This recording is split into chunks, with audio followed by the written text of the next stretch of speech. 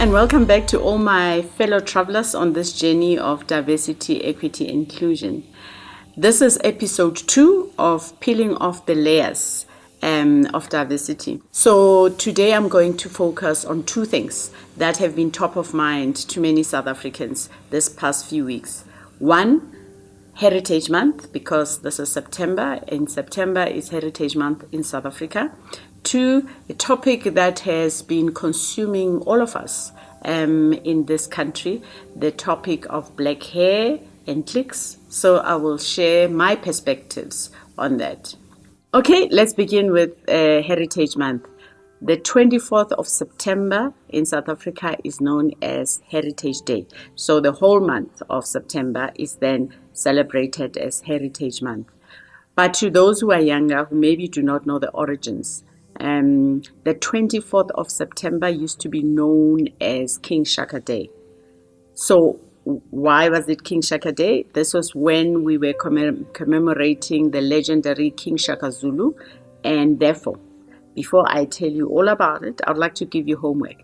Go check, search the internet and check what is it that needed to be celebrated around King Shaka Day. So that's your homework for today. But just know that it used to be called King Shaka Day. Then in 1996, the newly elected democratic government said this will be Heritage Day, where all the cultures of South Africa, we will come together and celebrate our heritage, traditions, and the rich cultural backgrounds that we all have in South Africa. And I know many people call it Bride Day or whatever day they visit each other's houses so that they can celebrate and have braai. But it's not just about having braai.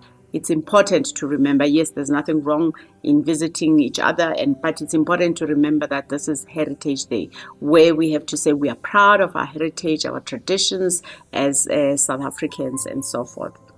So what do I want to address on this? What some companies do is that people will enter a competition, who's the best dressed, and that. This is my tip. You cannot stop there. You cannot just have people dressed up beautifully.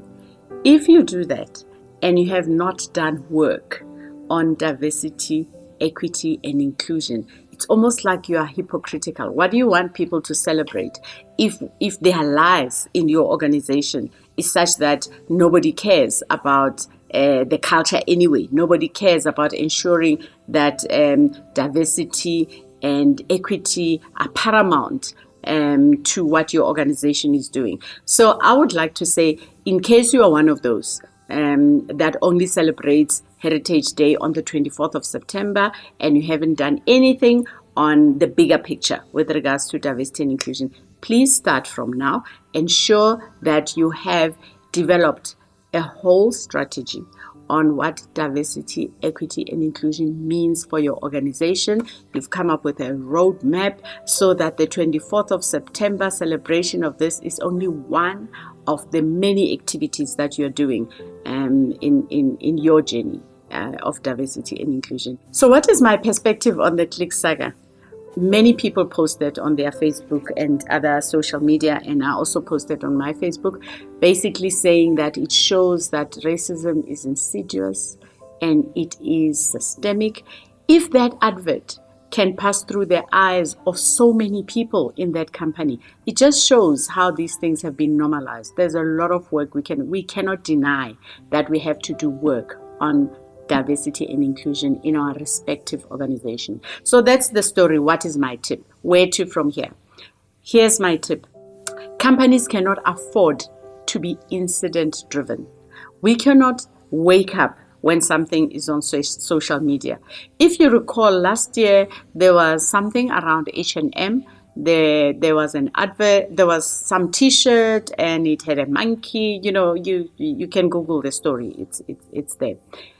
And then prior to that, there was soap, Dove soap, had an advert that if you use Dove soap, suddenly you'll be clean. And the clean went lighter skin. The pre-clean image that they had was of a black person. So you can just, only last year or 2 years ago, it just shows that these things continue to happen. And yes, people must speak up. Yes, social media it does wake people up. But as a company, you cannot afford to do that. So what is my tip? You need to develop a vision for diversity, equity, and inclusion. A vision that goes with a strategy, the roadmap, that how are you going to address this? If I know that what followed, I read on the paper that Checkers and I think Woolworths and Pick and Pay, I'm not sure about Woolworths, Checkers and Pick and Pay removed Tresemme products from their shelves, okay, which is this product that caused all the trouble. It's one thing to remove the product from your shelf. What if, I always say, what if 4 shelves above that is another product that is offensive? But because at that time the focus is black hair, black hair, black hair, and then last year it was black skin, black skin. So next year it could be what? The shape of black nose. We cannot afford to jump every time we see that. And yes, I am not minimizing the protests. I'm not minimizing people who spoke up. We all have to speak up. I'm one of those who spoke up through my articles and that. But the fact that organizations can spend 2 to 3 days on strategy offsites, they go and talk about how can we make our company better. You have your marketing strategy, and that it means you are talking about your company strategy in isolation of diversity and inclusion. We cannot afford to do that anymore. It has to be integral to whatever it is you're talking about in your strategy, because you need people and who has to implement that which you went to a breakaway and you say this is a great strategy that we have for 2020, 2021. Because you require people, you need teams, diversity, equity, and inclusion has to be part of that strategy. Not an add-on, not something that human resources is concerned with. And because if it's only driven by human resources, things like this happen. Then the marketing department is not talking to human resources. Then, adverts end up being where they are. And I'm not even saying that people in human resources are always alert. Sometimes they are also not alert. So this has to be taken seriously. It has to be center of your conversations in your organization. So why do you have to take this seriously? Today is clicks. Tomorrow it can be your company, your school, your university. And yes, right now they are on a spotlight. A lot has happened. Just imagine so much energy that the leadership has to be spending on this issue just because one person or 2 or 3 or whatever the chain of command allowed that advert to land up on the website. So they had to apologize. Some people say we don't take the apology too little, too late, but at least they came up front and apologized. Some people were suspended. Some staff members were suspended. I think a director resigned. There was just so many things that happened. So what lessons can we take from clicks? Because things are going to subside. We will forget a little bit about clicks. Then next month is company X or company Y. So this is why I'm saying we cannot afford to be incident driven. So you do develop that vision, as I said. But what if you don't know how to develop that vision? So here's my tip. I spoke in my last episode that I'll be drawing from my book and other resources that I'll be sharing with you.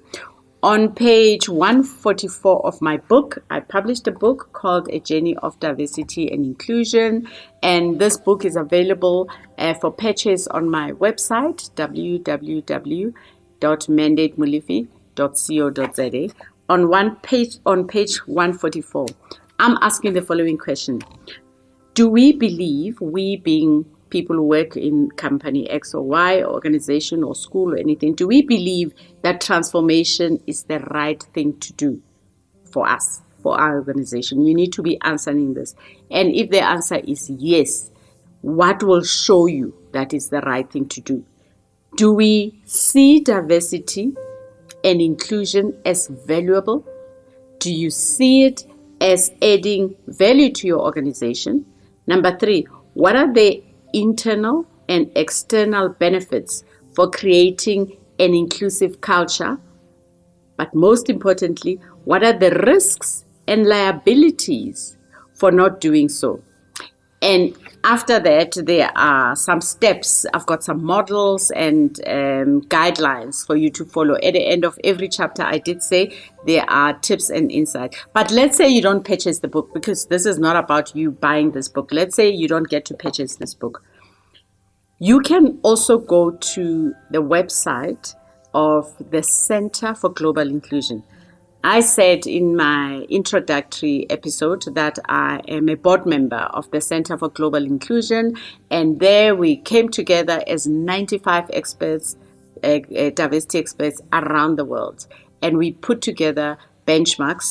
There's a booklet that you can download for free. You can download that booklet for free, and it has 14 categories where we guide you through steps to take on diversity and inclusion. And category number 1 talks about vision, strategy, and leadership.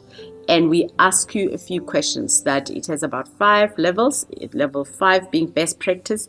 If you want to get to level 5, what is it that you need to do? So all the levels have questions. You ask yourself those questions, and that guides you to coming up with your vision for your organization. It's a very useful resource. And while you are in that website, you can also subscribe to our newsletter. And the newsletter gives you rich, very valuable information on diversity and inclusion from around the world. We've got case studies, we've got examples of some exercises you can consider.